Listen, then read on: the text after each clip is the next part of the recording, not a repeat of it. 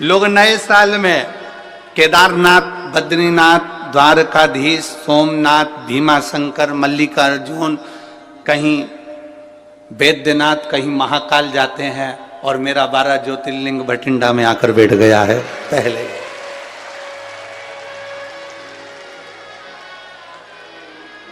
बोल बम का नारा है,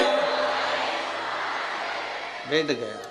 और यही शिव भक्ति है, यही एक आनंद है। थोड़ा समय लग सकता है। एक पत्र और आया, देखिए।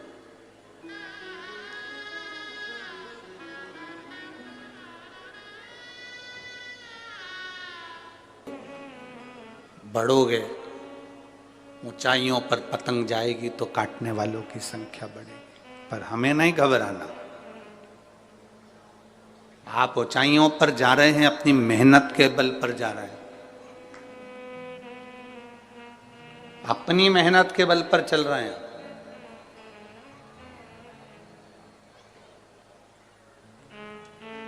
शिव महापुराण की कथा में ना तो कोई बेल दी जाती है, ना कोई भभूति दी जाती है, ना कोई नारियल दिया जाता है, ना तंत्र दिया जाता है, ना मंत्र, ना कोई विद्या। शिव महापुराण की कथा में ना कोई ढोंग होता है, ना कोई प्रपंच होता है। शिव महापुराण की कथा में तो केवल एक विश्वास होता है कि हम शंकर के मंदिर तक जाएं, बाबा पर एक लोटा जल चढ़ाएं, और तुम इस भरोसे पर मत रहना कि सियोर वाला महाराज तुम्हारे दुख को मिटाने के लिए आएगा। सियोर वाले महाराज को भी दुख आता है तो बाबा मिटाने के लिए आता है, तो तुम्हारा दुख भी वही मिटाने के लिए आएगा। किसी ढोंग और प्रपंच में नहीं फंसना हमको।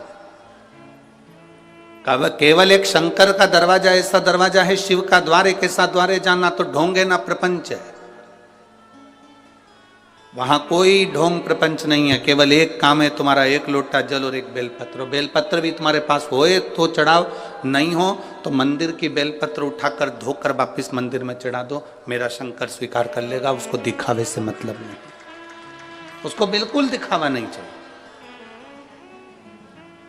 माता जी के मंदिर जाओगे, एक चुनरी चढ़ाना पड़ेगी, चूड़ी चढ़ाना पड़ेगी, सुहाग सामग्री चढ़ाना पड़ेगा, हलवा पूड़ी का भोग लगाना पड़ेगा। भगवान नारायण के मंदिर में जाओगे, ठाकुर जी के मंदिर में जाओगे तो लड्डू का भोग लगाना पड़ेगा, पेड़े कुछ ना कुछ देना पड़ेगा। पर महादेव के मंदिर में तो अगर आपके पास में एक लोटा जल हो तो चढ़ा दो, जल भी नहीं हो तो शिव जी की चढ़ी बेलपत्र वापिस चढ़ा दो, वो भी नहीं हो तो 3 बार ताली बजा दो, वो भी नहीं हो तो बम बम भोले बोलो और अपने घर को चल दो। इतने में शिव प्रसन्न।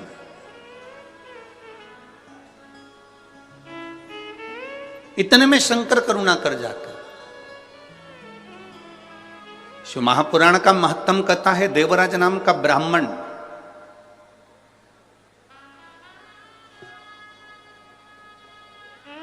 चोरी का धन है उसके पास में,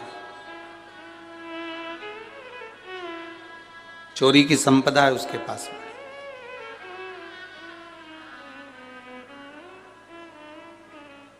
किसी ने एक प्रश्न पंढरपुर की कथा में कहा था, गुरुजी व्यक्ति चोरी क्यों करता है?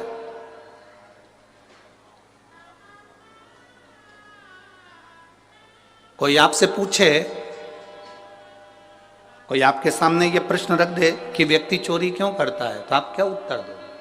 उसका एक उत्तर है, व्यक्ति चोरी क्यों करता है? शिव महापुराण में देवराज की कथा को सुनना और बिंदुक की कथा को सुनना। देवराज की पत्नी, उसके बच्चे, उसके लिए भोलेनाथ बहुत कुछ दे देते थे, 2 समय का भोजन देते थे, पेट भर देते थे। उसके लिए, उसके परिवार को चलाने के लिए बाबा कोई कमी नहीं लाते थे।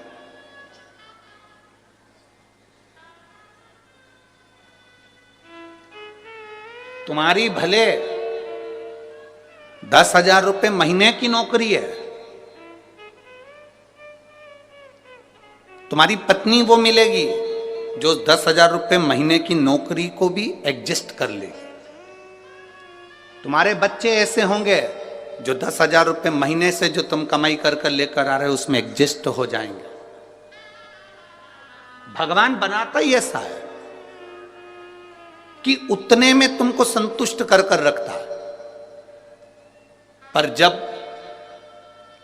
तुम गलत मार्ग पर जाने लगते हो, किसी गलत स्त्री के संग में आ गए, किसी गलत नारी के संग में आ गए, मदिरा पीने वाले के संग में आ गए, जुआ खेलने वाले के संग में आ गए, व्यसन में डूबने वाले के संग में आ जाते हो, तो फिर भगवान का दिया हुआ वो 10,000 रुपये महीने की नौकरी तुम्हें कम लगने लगती हो, तुम कहीं ना कहीं से पैसा बहुत कमाना चाहते हो। जब तुम अपने लिए कमाते हो तो 10,000 में पूर्ति हो जाती है, पर तुम जब गलत व्यक्ति का संग पकड़कर गलत तरह से गलत लोगों के लिए कमाना चालू करते हो, तब तुम्हें चोरी करना पड़ती है। जब तक तुम चोरी नहीं कर पाते, जब तक तुम्हारा परिवार चल रहा है, संतुष्टिपूर्ण है, तो तुम्हें चोरी की जरूरत नहीं, तुम्हें चोरी की जरूरत नहीं है।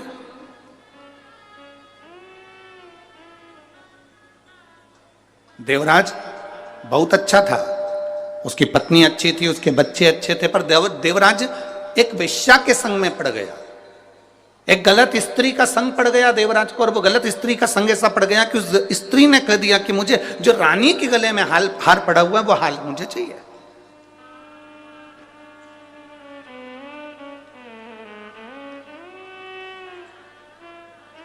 जो रानी के गले में हार पड़ा है वो हार मुझे ला कर दो। और देवराज अभी तक बहुत अच्छी जिंदगी जी रहा था,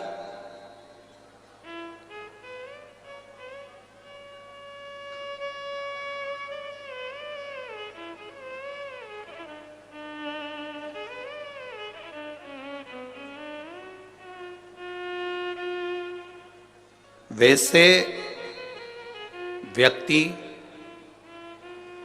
कम मरता है, पर जब व्यक्ति फैशन में थोड़ा सा पड़ने लगता है तो जल्द ही मरता है, कहीं ना कहीं ऐसे चुंगल में फंस जाता है कि वो फिर निकल नहीं पाता है। एक बार अगर जन्म ले लिया, एक बार जन्म हमारा हो गया, उस जन्म के लेने के बाद में हमारी जो भक्ति है और उस भक्ति का जो बल है, उसको बढ़ाने का प्रयास करिएगा। जैसे जैसे भक्ति और भक्ति का बल बढ़ता है, वैसे वैसे भगवान शिव की कृपा, भगवान राम की कृपा और कृष्ण की कृपा ऐसी होती चली जाती है कि हम जन्म मरण के चक्कर से छूट जाते हैं। फिर हमारा कोई जन्म नहीं होता, फिर हमारी कोई मृत्यु नहीं होती, हम उस चक्र से छूटे, फिर हम भगवान की शरणागति में पहुंच गए। उस चक्र से छूटने के बाद शंभु शरणे पड़ी मांगो घड़ी रे घड़ी, दुख काटो दया करी ने दर्शन आपो, दया करी ने दर्शन। ये जन्म मरण का जो चक्कर है, इससे छूटना जरूरी है, और उसको छूटने का केवल एक साधन है, वो प्रभु का नाम है। इसलिए तुलसीदास जी ने बार बार वर्णन किया है, कलयुग केवल नाम धारा, सुमर सुमर नर उतरहि पारा। कलिकाल में जितना भगवान का नाम ले सकते हो उतना लीजिए। कलिकाल में जितना भगवान का भजन कर सकते हो उतना करिए। और जब कलिकाल में हम भगवान के नाम का भजन करते हैं, भगवान का भजन करते रहते हैं, भगवान का स्मरण करते रहते हैं, भगवत कीर्तन करते रहते हैं, भगवत नाम लेते रहते हैं, तो हमारे पूर्व का जो पाप है, जो हम पूर्व में कर कर आए हैं, वो हमारा पाप धीरे धीरे धीरे धीरे धीरे धीरे कटने लगता है। कहीं भटकने से, इधर उधर जाने से, या कहीं यहाँ वहाँ पहुँचकर कुछ प्राप्त करने से अच्छा है कि जिंदगी का एक क्षण 21,600 श्वास जो मनुष्य के शरीर से प्रतिदिन निकल रही हैं, उन श्वास में से कुछ श्वास भी हम अगर भगवान का नाम का उच्चारण करेंगे तो ये निश्चित है कि हमारा फिर जन्म ना होकर हम भगवान की शरणागति ग्रहण करेंगे। ये निश्चित था।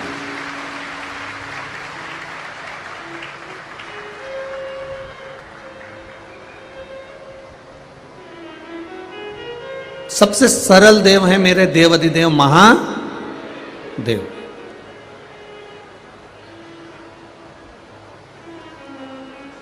जो अलमस्त होकर जीते हैं, आनंद की जिंदगी जीते हैं, और अपने भक्तों को भी कहते हैं कि अलमस्त की जिंदगी जीना, यहां वहां प्रपंच की जिंदगी मत जीना।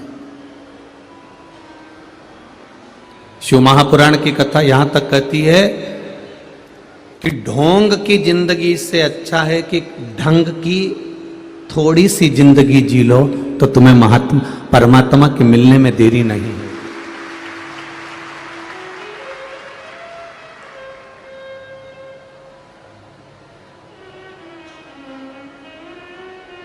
किसी को बताकर, किसी को कहकर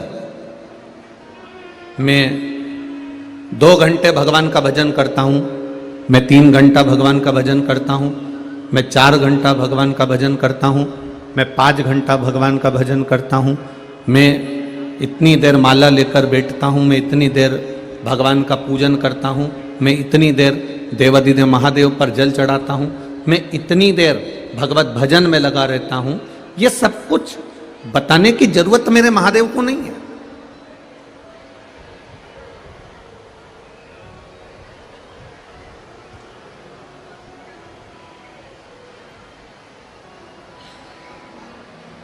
मेरे महादेव को कभी नहीं बताना पड़ता कि मैंने 1 लोटा जल चढ़ाया, कि बेलपत्र चढ़ाई, कि मैंने आपके ऊपर भस्म चढ़ाई, कि मैंने आपके ऊपर धतूरा चढ़ाया, कि मैंने चावल का एक दाना चढ़ाया।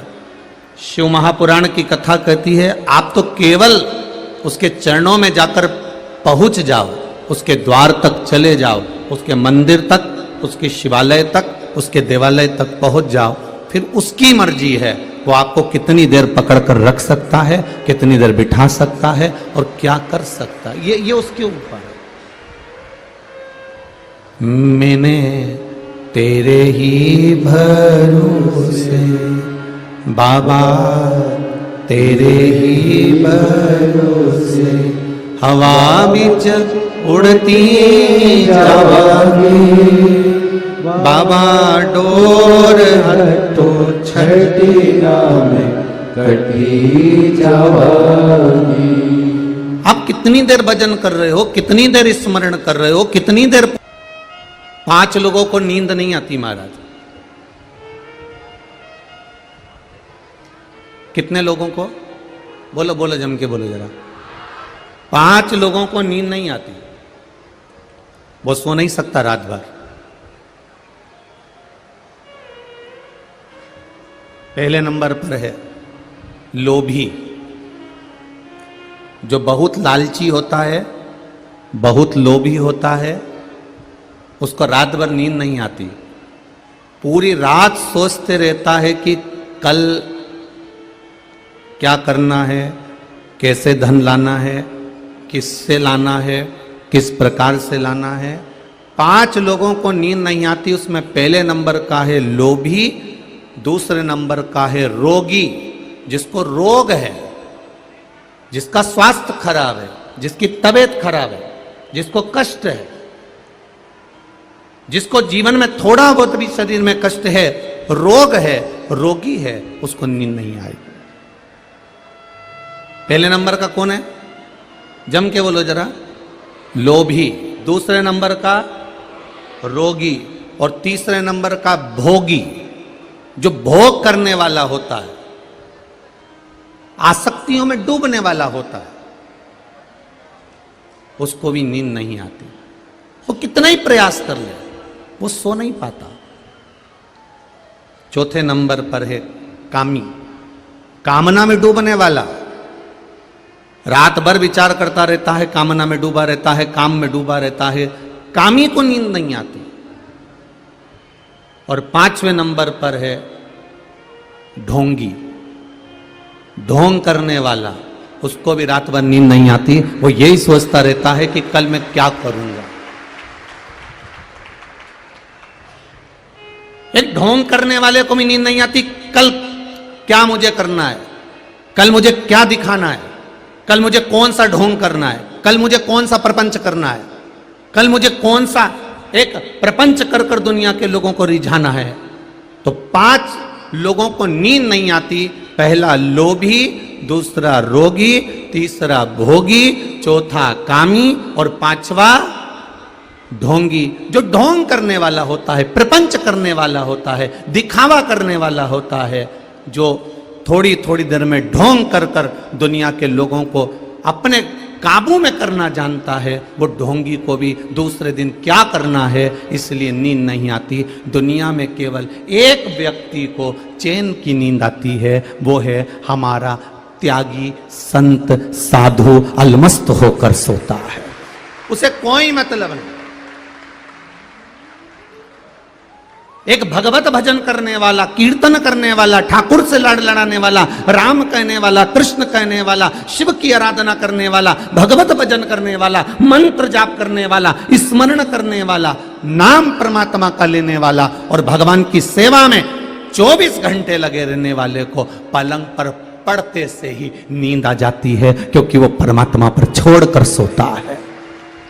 उसके भीतर ना लोभ है, उसके भीतर ना काम है, उसके भीतर ना रोग है, उसके भीतर ना वासना है, उसके भीतर ना आसक्ति है, उसके भीतर ना ढोंग है। वो जितना करता है वो परमात्मा को पाने के लिए करता है, परमात्मा की प्राप्ति के लिए करता है। इसलिए शिव महापुराण की कथा कहती है कि जब आप 1 लोटा जल लेकर देवाधिदेव महादेव के पास में जाते हो, आप 1 लोटा जल अर्थात हाथ में कलश आता है और हमारे घर का क्लेश चला जाता है। वो 1 लोटा जल लेकर जब हम देवाधिदेव महादेव के पास पहुंचते हैं तो हम इन सभी चीजों से छूट जाते हैं और परमात्मा के, मेरे देव अधिदेव महादेव के, मेरे शंभु के, मेरे राम के, मेरे कृष्ण के हम हो जाते हैं।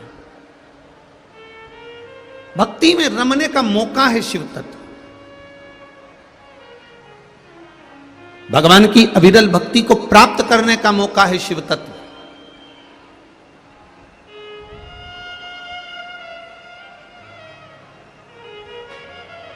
आप क्या कर रहे हो?